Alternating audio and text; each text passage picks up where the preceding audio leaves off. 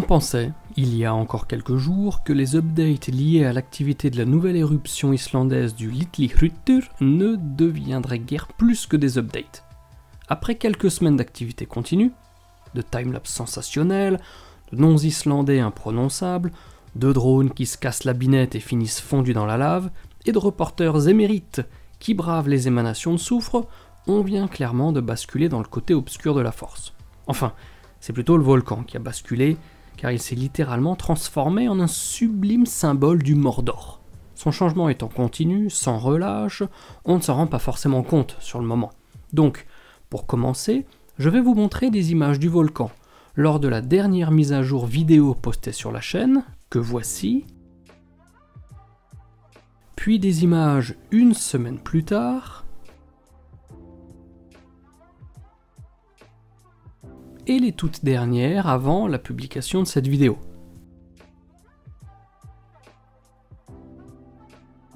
Le cratère a doublé de taille en très peu de temps.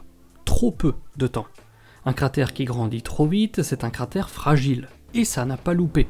Il y a quelques jours, il a cédé. Un spectacle phénoménal, mais rappelant la puissance d'un volcan.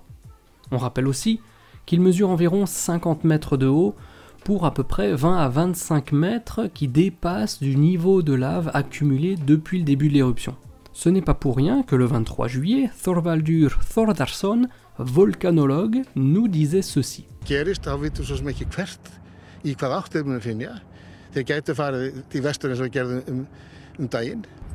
Hér er ekki víst að þetta fólk geti komið sér undan hrauntönu, því að hann mun flæða það hratt, hann geti farið 100 metrana á cirka 2 sekundum.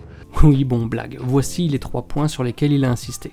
Premièrement, le cratère s'élargit énormément, ce que je viens de dire. Il a atteint presque les 100 mètres de diamètre, ce qui indique un effondrement imminent. La production de magma, deuxième point, semble être stable, donc aucun moyen de dire si l'éruption se terminera dans quelques jours, quelques semaines ou dans quelques années. Et troisième et dernier point, des secousses se font encore sentir à l'est du mont Keilir, c'est-à-dire de l'autre côté de l'éruption, indiquant que le magma y est aussi très proche de la surface. Donc les apparitions de nouvelles fissures, de nouvelles éruptions, est toujours possible. Avec des spectateurs émerveillés qui restent dans cette zone, cela pourrait devenir dramatique, si le cratère venait à céder comme il l'a fait quelques jours auparavant. Si on a de la lave qui s'échappe côté est-sud-est, bye bye les humains qui auraient été là.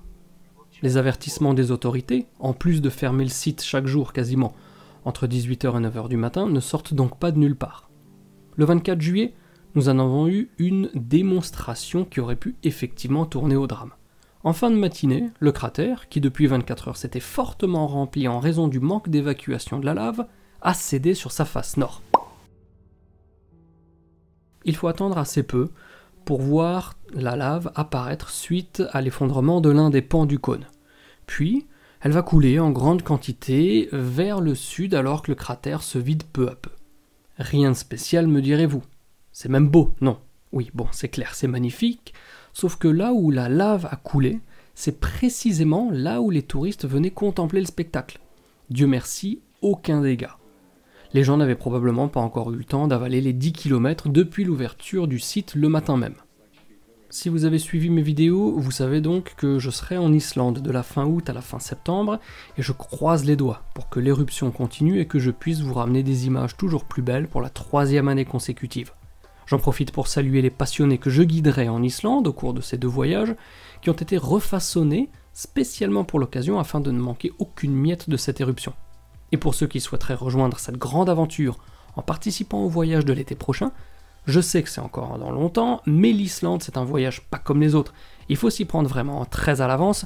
Bien entendu, donc pour ces passionnés, vous retrouverez le lien dans la description de la vidéo avec toutes les infos.